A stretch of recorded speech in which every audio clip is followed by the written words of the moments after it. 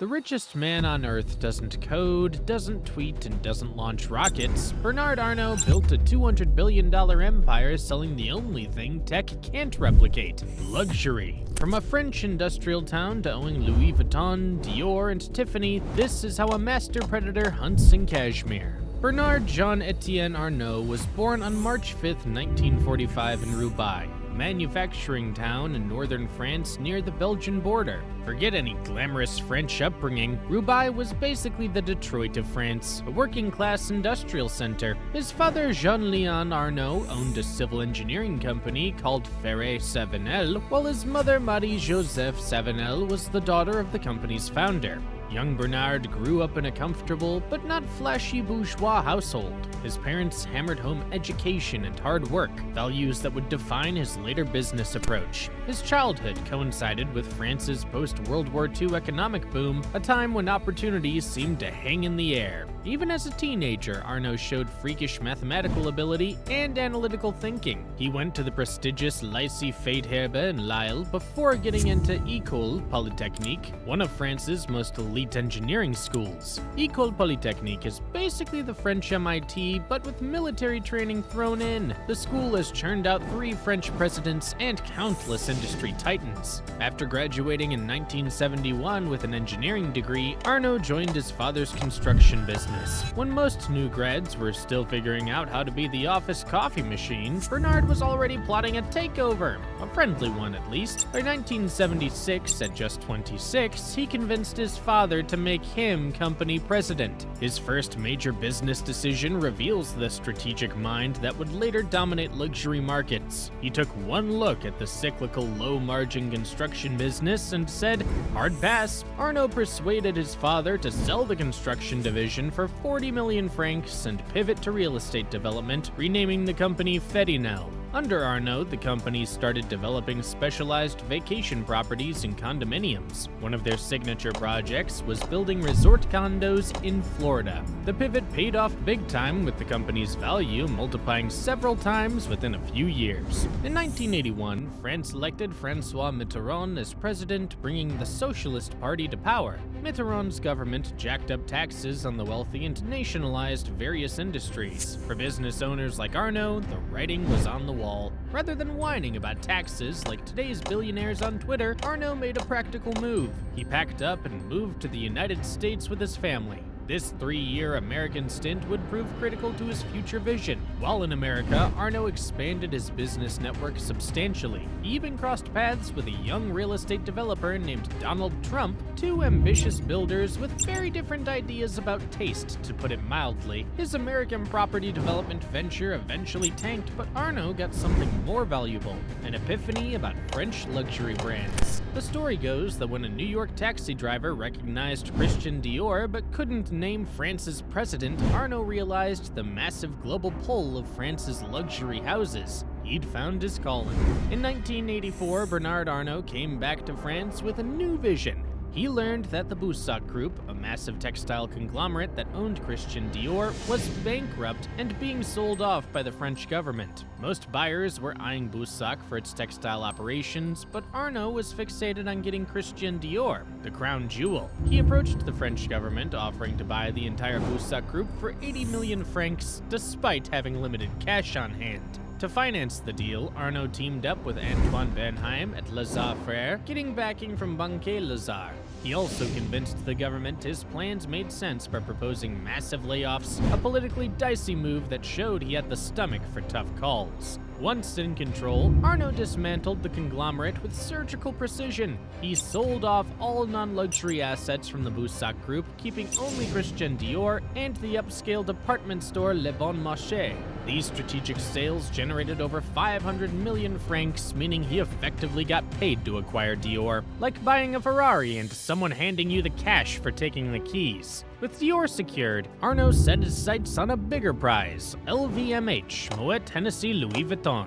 Formed in 1987 through the merger of fashion house Louis Vuitton and spirits company Moet Hennessy, the timing couldn't have been better. LVMH was in chaos due to leadership fights between Louis Vuitton's Henri Racamier and Moet Hennessy's Alain Chevalier. Arnault saw an opportunity in this mess and executed what can only be called a corporate chess match. First, he backed Recamier against Chevalier using Dior shares for leverage. Then, in a stunning flip, he turned against Recamier, gradually increasing his stake in LVMH through a series of complex financial moves. By January 1989, Arnault had seized control of LVMH with 43.5% stake and 35% of voting rights. He immediately kicked Recamier off the board and installed himself as chairman and CEO, jobs he still holds today. The entire takeover costed around $1.5 billion, financed through family money and bank loans. What made this conquest particularly impressive was that Arnault, just 40 years old, had outplayed seasoned business veterans and taken control of some of France's most iconic brands. The French press called him the Wolf in Cashmere, a predator with excellent taste. With LVMH as his platform, Arnault rolled out a revolutionary strategy in luxury.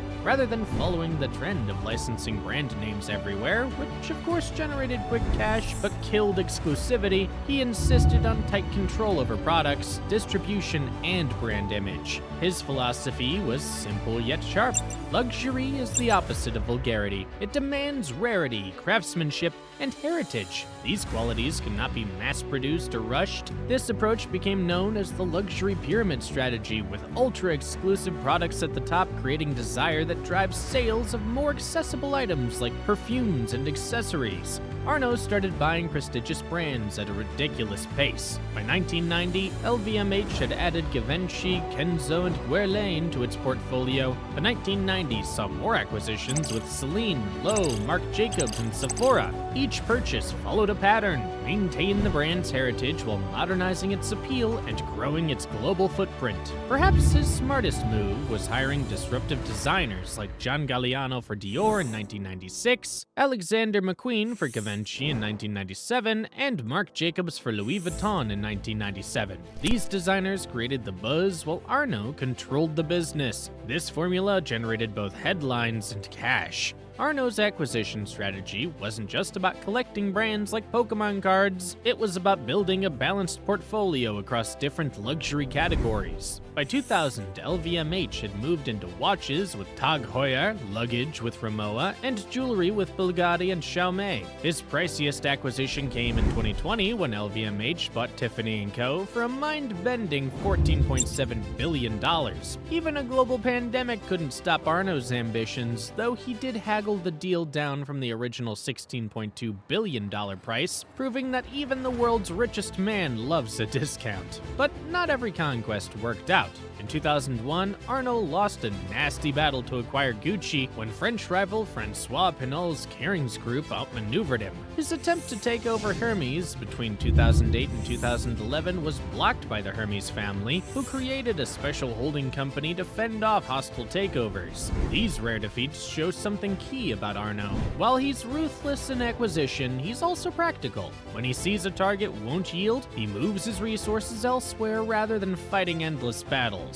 Unlike many billionaires who delegate everything, Arnault stays deeply involved in LVMH's operations. He randomly visits stores incognito to check displays and customer service. Staff say he can spot a misaligned product from across the room. His management style blends French tradition with American efficiency. From the US, he adopted performance-based pay and willingness to cut failing assets. From France, he kept the appreciation for craftsmanship and long-term brand building. Arnault's business philosophy centers on controlled growth, expanding without diluting exclusivity. His leadership boils down to 5 principles he calls the LVMH way.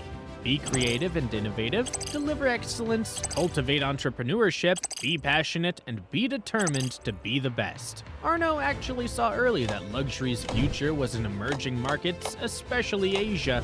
In the 1990s, when many Western brands hesitated to enter China, LVMH was already setting up shop in Beijing and Shanghai. By 2019, Asia, excluding Japan, made up about 30% of LVMH's revenue. When COVID-19 wrecked retail in in 2020, LVMH's strong position in China, which bounced back faster than Western markets, helped keep the company stable. Arnault hasn't ignored America either. In 2018, he opened a Louis Vuitton factory in Texas, cleverly aligning with the Trump administration's Made in America push. The factory opening was attended by President Trump himself, a reunion of those two ambitious developers from the 1980s, now both at the top of their fields. Unlike tech billionaires building rockets, Arnault pours his wealth into his true passion: art. He's collected one of the best private art collections with works by Picasso, Warhol, and Basquiat. In 2014, he opened the Foundation Louis Vuitton, a Frank Gehry-designed museum in Paris. The building alone cost about $143 million and has become an architectural landmark. Arnault has also spread his investments beyond LVMH. He got in early with Netflix and Spotify, showing a knack for spotting cultural shifts. His real estate includes properties in Paris's fancy 16th arrondissement, Saint-Tropez, and a $96 million Beverly Hills mansion. True to his French roots, Arnault owns several top vineyards, including Chateau Cheval Blanc and Chateau d'Yquem.